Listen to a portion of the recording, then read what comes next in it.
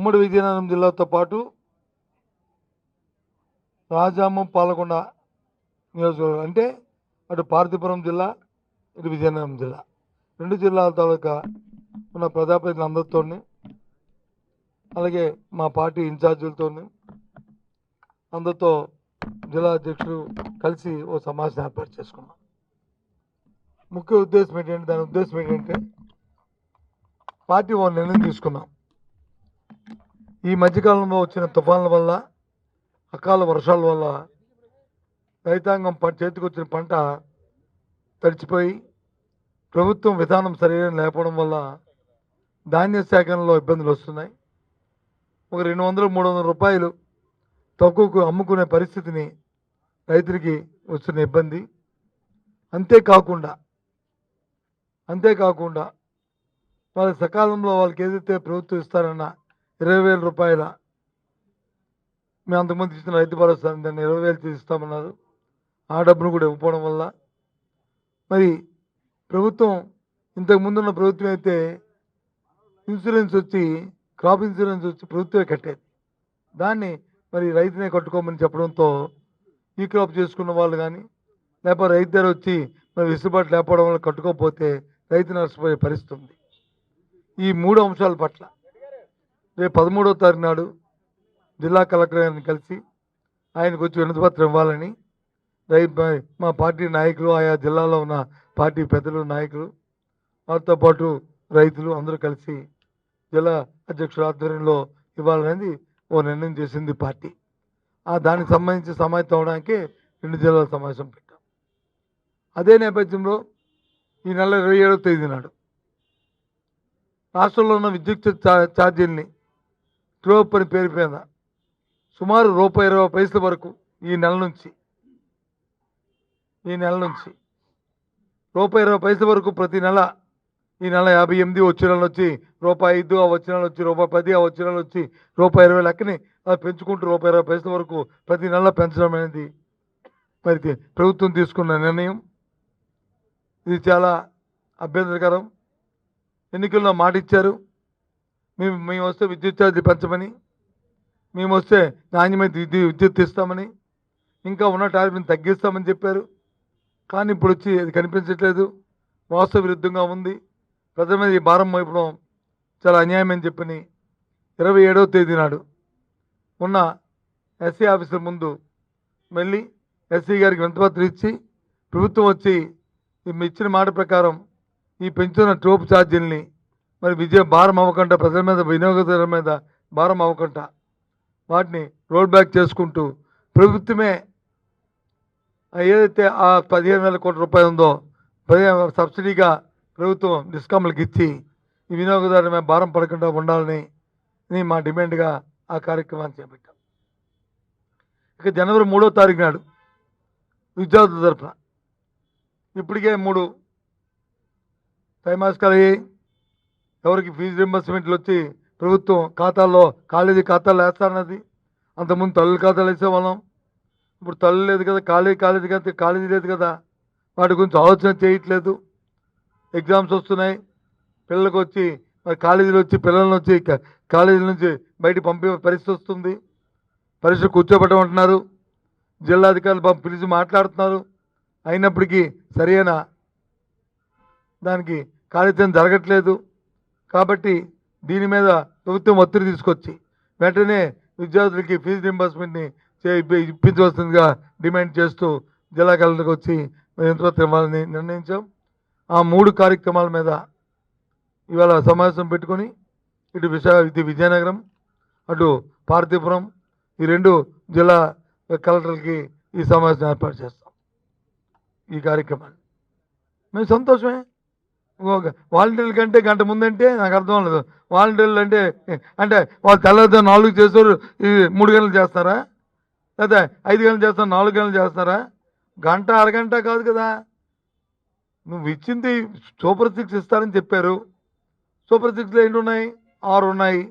6 ఒక ఫంక్షన్నే మీరు ఇచ్చిన 3,000 రూపాయలని 4,000 రూపాయలు చేశారు, 1,000 రూపాయలు పెంచి.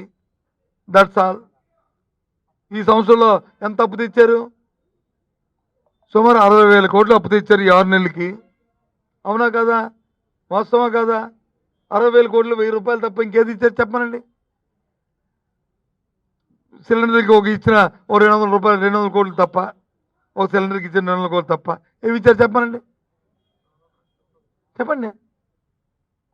కొన్ని పలాంది ఇచ్చారండి, దానికి అయిందండి అని చెప్పండి. ఈ తెచ్చిన ఈ 60,000 కోట్లు. అందుకే ఇందాక ఉదయం వైజాగ్లో నేను థ్యాంక్స్ టు చంద్రబాబు నాయుడు అని చెప్పాను, థ్యాంక్స్ టు ప్రభుత్వం అని చెప్పాను. ఎందుకు చెప్పానంటే ఆ నాడు నేడులో మేము చేసిన కార్యక్రమానికి మళ్ళీ ఒకసారి ప్రజలు చుమ్మెట్టారు.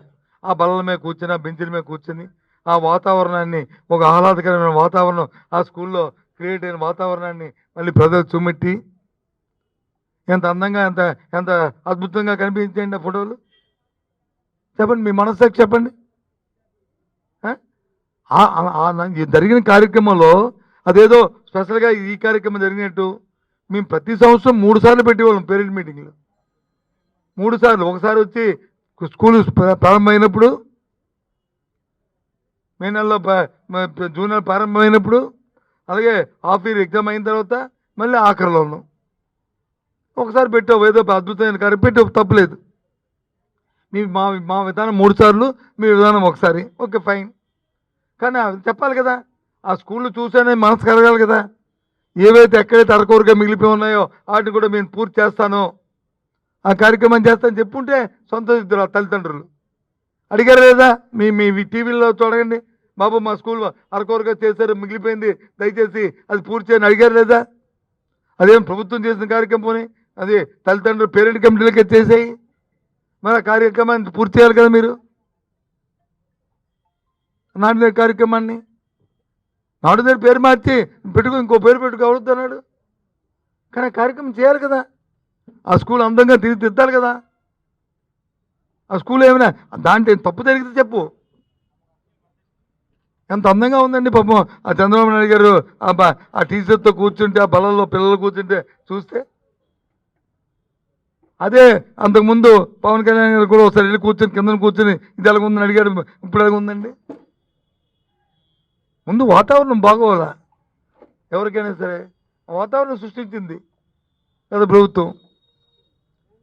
దాంతోపాటు ఇంగ్లీష్ మీడియం 68% ఇంగ్లీష్ మీడియం పిల్లలు చదువుకున్నారు అందులో. ఇవాళ ఏమయ్యారండి? అక్కడ ఒకరు అంటున్నాడు తెలుగు చదువుకుంటారు, తెలుగు వస్తుంది మేము అనలేదే. ఇంగ్లీష్ మీడియం చదువుకుంటే పక్క రాష్ట్రాలకు వెళ్ళి, పక్క దేశాలకు వెళ్ళి ఎక్కడ పిల్లలు ప్రయోజకులు అయినప్పుడు అది ఎంతో వారి పనికొస్తున్నాం. సాక్షాత్తు ఇప్పుడున్న మంత్రుల మంత్రి అయితే ఆ టోల్ ఫ్రీ పెట్టారు, టోపులు పెట్టారు. ఆ టోపులు పెడితే దాంట్లో అవినీతి జరిగిపోయింది, లక్షల కోట్లు ఇచ్చారన్నారు. మరి ఆల్రెడీ ప్రభుత్వం కదా, మీరు ఎంత ఇచ్చారో ఒకసారి రివ్యూ చేసుకోండి. ఆన్లైన్ విదేశీ ఫారిన్ ఇన్స్టిట్యూట్లతో వచ్చి మరి టైప్ చేసుకుని ఆన్లైన్ ఎగ్జామ్ పెట్టాము, ఆన్లైన్ కోచింగ్ పెట్టాము, దానికి కొన్ని కోట్లు ఇచ్చారన్నారు. ఏమేమి చూసుకోమనండి. సిబిఎస్ సిలబస్ పెట్టాము, ఆ స్కూల్ పెట్టేశారు.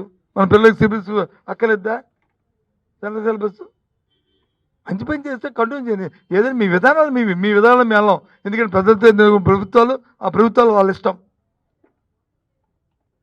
వాళ్ళని ప్రజలు ఆశిస్తారు, ప్రజలు అభివృద్ధి తిరస్కరిస్తారు. కానీ ప్రజల పనికి వచ్చేది తీస్తే దానివల్ల తప్పు కదా. ఇప్పుడు నాడు నేడు గురించి చచ్చినట్టు మాట్లాడడం ధర్మం కాదు కదండి. దాన్ని ఫుల్ఫిల్ చేస్తాను, ఇంకా మిగిలిపోయింది మొండుగోళ్ళలో వదిలితే పూర్తి చేయలేదు, దాన్ని కట్టించేస్తానంటే సంతోషం. మేము అంతవరకు ఆ నిధులు వచ్చాయి, అంతతో మా ప్రభుత్వం పడిపోయింది, మిగిలిపోయింది. ఓకే. జగన్మోహన్ రెడ్డి గారు ప్రభుత్వంలో, మేము వైఎస్ఆర్ ప్రభుత్వంలో టోప్ ఛార్జ్ పెంచడానికి మేము ఏపీఆర్సీ దగ్గర మేము దరఖాస్తు చేస్తాం. ఇవి ఎంత 6,000 కోట్లు 95,000 కోట్లు పెరుగుతుంది, దీన్ని నేను చేయమంటారని చెప్పి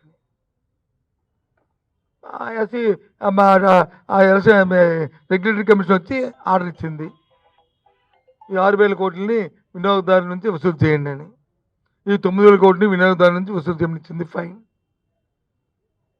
2014 నుంచి 19 వరకు రాష్ట్రంలో తెలుగుదేశం అధికారం ఉంది కదా. విద్యుత్ శక్తికి, డిస్కామ్లకి రాష్ట్ర ప్రభుత్వం ఇచ్చింది గవర్నమెంట్ సపోర్ట్ ఎంత తెలుసండి? 15,300 కోట్లు. 15,300 కోట్లు. మా ప్రభుత్వం వచ్చిన తర్వాత వైసీపీ ప్రభుత్వం ఇచ్చింది ఎంత తెలిసింది? 19 నుంచి 24 వరకు 45,000 కోట్లు. 45,000 కోట్లు, 45,800 కోట్లు చూసుకోమనండి ఇచ్చాం. అలాగే 15,000 కోట్లు గవర్నమెంట్ ఇవ్వచ్చు కదా. మీరే కదా మేము విద్యుత్ ఛార్జీ భారం పెట్టమని చెప్పిన వాళ్ళు మీరే మేమా? మా ప్రభుత్వం వస్తే మేము అదే అడుగుతున్నాం. ఇప్పుడు ఈ 15,000 కోట్లు ప్రభుత్వం ఇవ్వండి, సబ్సిడీ ఇవ్వండి, డిస్కమ్లకు చెల్లించండి, తప్పే ఉంది. మేము ఇచ్చాం కదా, కాదా?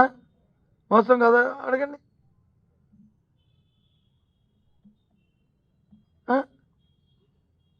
ఏదో నోరు ఉందని అంకెలు చెప్పేస్తే కదా. అంకెలు ఇవన్నీ మన బడ్జెట్ అయింది కదా. బడ్జెట్లో ఇవి డిస్కౌంట్లకు కానీ, లేకపోతే విద్యుత్ రంగానికి కానీ, లేకపోతే వీటికి కానీ ఎక్కడెక్కడ ఏ సంవత్సరంలో ఎంత లాస్ వచ్చింది, ఎంత గవర్నమెంట్ సపోర్ట్ చేసింది, ఎంత రాబోయే కాలంలో ఎంత మనం ఎంత దాన్ని సపోర్ట్ చేస్తామని అంకెలు పెట్టారు కదా. నేను చెప్తుంది ప్రతి అంకి దాంట్లో తీస్తుంది. నా సొంత కవిత్వం కాదు. నేను చెప్పిన అంకెలు నా సొంత కవిత్వం కాదు. ఈ మధ్య కూడా మొన్న ఒక లెటర్ రాశాను, మళ్ళీ ఇంకో లెటర్ రాస్తాను రేపు ఉదయం. ఈ మధ్య మళ్ళీ మీ పేపర్లో ఏంటి ఇది ఈ భూదందాల మీద వస్తుంది. మళ్ళీ మీ సూటుగా నేను ప్రభుత్వాన్ని ఒకటే అడుగుతున్నాను. నేను రేపు లేఖ కూడా రాస్తాను, రేపు ఉదయమే అది రిలీజ్ చేస్తా. ప్రభుత్వం మీది, మాది కాదు. ఒకవేళ ఎక్కడైనా జరిగాయనుకో ఎంక్వైరీ చేసి నిజాలు చెప్పండి. ఎందుకు పేపర్లో వచ్చి వాళ్ళు వైసీపీ వాళ్ళు అన్నారు, వెంకట వైసీపీ వాళ్ళు అన్నారు, వైసీపీ వాళ్ళు అన్నారు. ఎంతకైనా వైసీపీ వాళ్ళు ఉంటారు. ఎవడున్నాడో బయటకు తెలిసిపోద్ది. ఎందుకంటే న్యూసెన్స్ చేతకాని ప్రభుత్వమా? అలాగైతే రాసుకుని పర్వాలేదు, నాకు అభ్యంతరం లేదు. ఎందుకది మొన్న రాశాను లెటరు. ఎవరో ఆ జాయింట్ కలర్ రాస్తే వెంటనే చెప్పాను. జాయింట్ కలర్ సస్పెండ్ అప్పుడు జరిగినప్పుడు అవతల సస్పెండ్ చేసింది ఎవరు? నేను కాదు. మరిన్ని వీడియోస్ కోసం ఛానల్ ని సబ్స్క్రైబ్ చేయండి. లేటెస్ట్ అప్డేట్స్ కోసం వాట్సాప్ ఛానల్ ని ఫాలో అవ్వండి. ఆ లింక్ డిస్క్రిప్షన్ లో ఉంది.